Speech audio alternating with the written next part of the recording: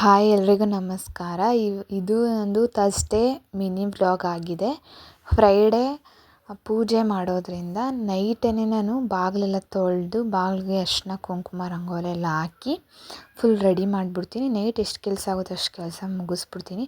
ಈ ಚಳಿ ಇರೋದ್ರಿಂದ ಆದಷ್ಟು ಬೇಗ ಎದ್ದು ಬಾಗಿಲಿಗೆಲ್ಲ ನೀರೆಲ್ಲ ಹಾಕಿ ಎಲ್ಲ ರಂಗೋಲಿ ಎಲ್ಲ ಬಿಟ್ಟು ಅರಿಶಿನ ಕುಂಕುಮ ಎಲ್ಲ ಇಡೋ ಅಷ್ಟರಲ್ಲಿ ಆಗಲ್ಲ, ಟೈಮ್ ಬೇಗ ಆಗೋಗ್ಬಿಡುತ್ತೆ. ಮತ್ತು ಚಳೀಲಿ ಮತ್ತು ಇನ್ನು 6 ಗಂಟೆ ಆದರೂ ಇನ್ನೂ ಬೆಳಗ್ಗೆ ಆಗಿರಲ್ಲ, ಕತ್ತಲೆನೇ ಇರುತ್ತೆ. ಆದ್ದರಿಂದ ನಾನು ನೈಟೇ ಎಲ್ಲ ಈ ಕೆಲಸನೆಲ್ಲ ಮುಗಿಸ್ಕೊಂಡು ಈಗ ನೈಟು ಡಿನ್ನರ್ಗೆ ಸಣ್ಣ ರವೆ ತಗೊಂಡು ಅದರಲ್ಲಿ ರೊಟ್ಟಿ ಮಾಡಿ ಮತ್ತು ಹೀರೆಕಾಯಿ ಮತ್ತು ಗೋರಿಕಾಯಿ ಅಂತಾರಲ್ಲ ಅದರಲ್ಲಿ ಪಲ್ಯ ಮಾಡಿ ಸ್ವಲ್ಪ ಗ್ರೇವಿ ಥರ ಮಾಡಿದೆ. ಅದಕ್ಕೆ ಇವಾಗ ರೊಟ್ಟಿ ಮಾಡ್ತಾಯಿದ್ದೀನಿ.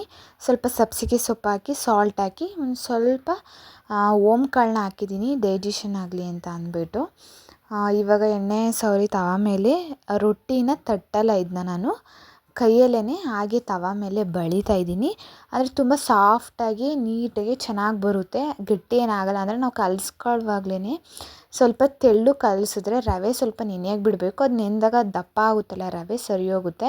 ನಾವು ಕಲಿಸುವಾಗ್ಲೇ ಗಟ್ಟಿ ಕಲಿಸ್ಕೊಂಬಿಟ್ರೆ ನಾವು ಬಳ್ದಾಗ ಕೈಯಲ್ಲಿ ಅದು ಗಟ್ಟಿ ಆಗಿಬಿಡುತ್ತೆ, ರಫಾಗಿ ಬರುತ್ತೆ. ಜೊತೆಗೆ ಮೊಟ್ಟೆನೂ ಬೇಯಿಸಿ